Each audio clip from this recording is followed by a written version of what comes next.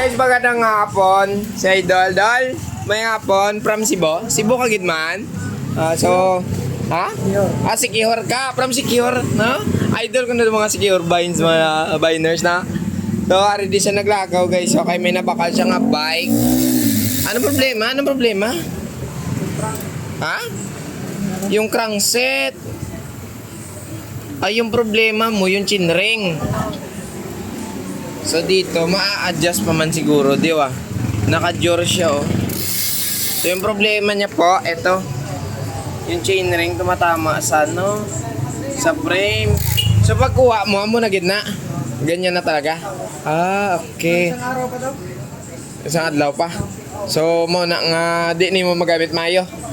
Oh, di na. Magkari sa strict ko din daw sa pair. Ah, okay. So, sa diyan nag-aabra ka sa barko?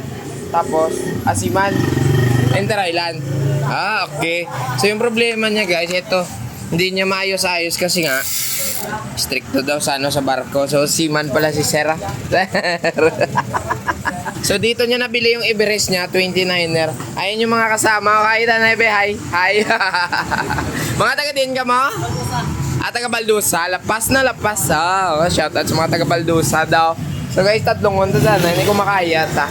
So, kailangan na natin mabutang spacer sa kabila siguro ng crankset. So, kailangan natin pala yung distansya. Wait lang. Kaya naman siguro ito lah. Kaya naman siguro. Brando tanay. Na? Tarbawan sa nato sige, tarbawan sa ta.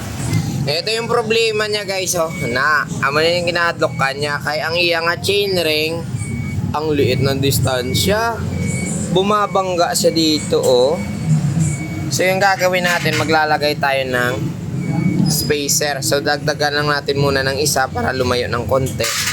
So ayan yung ano niya, yung spacer niya meron na siya isa. So kaya pa naman siguro. Tingnan muna natin sa kabila kung ang iya nga lock dere. Okay, aluminum pwede ito, pwede. So tara, ayusin muna. Tatanggalin muna natin dalawang bolt, then tatanggalin din natin to. Magdadagdag tayo ng spacer dun sa kabila. Sa kung makaya lang. Ayan, hawid pa naman siguro, isang spacer. Ayan, tanggalin muna natin. Then, kunin natin yung plastic na spacer isa. Dadagdagan natin isa.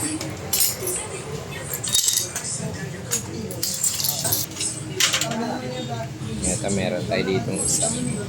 Aluminum yung nilagay ko, hindi plastic. Meron tayong pull out.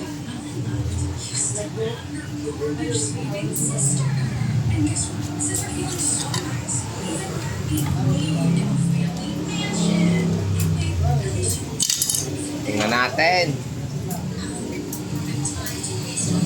Tanawas ang distansya. Okay, nahugot naman hato. Wait, ayan mga guys. Nagdistansya na. Okay na? Okay na saya?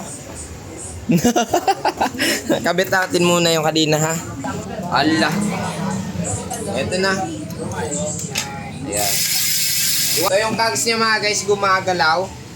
So para matapos yung trabaho natin, ikpitan na natin to para at least ma-adjust na yung kambyada.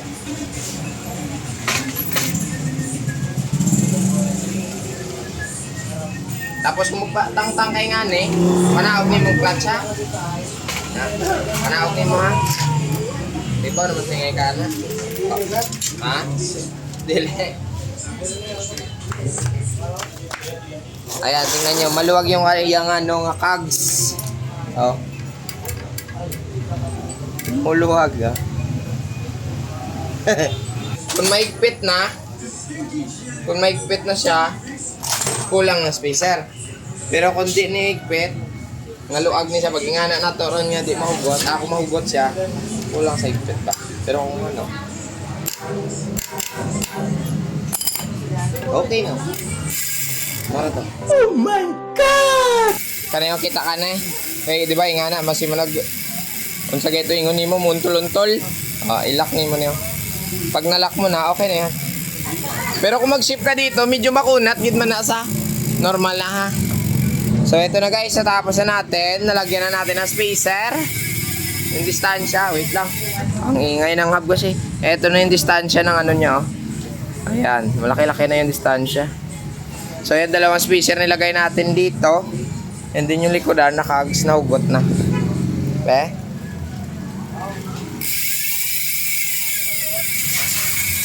Sa tingin mo okay na? Ha? So yan mga guys, natapos na ang problema niya. Ang layo. Ano ganun ang layo, Dre? Layo? Mula sa may pier? No, layo, no? Mga tunga sa oras pare, no? Ayan, kalahating oras papunta dito mula dun sa may... Saan nga na ito? Mulilune, no?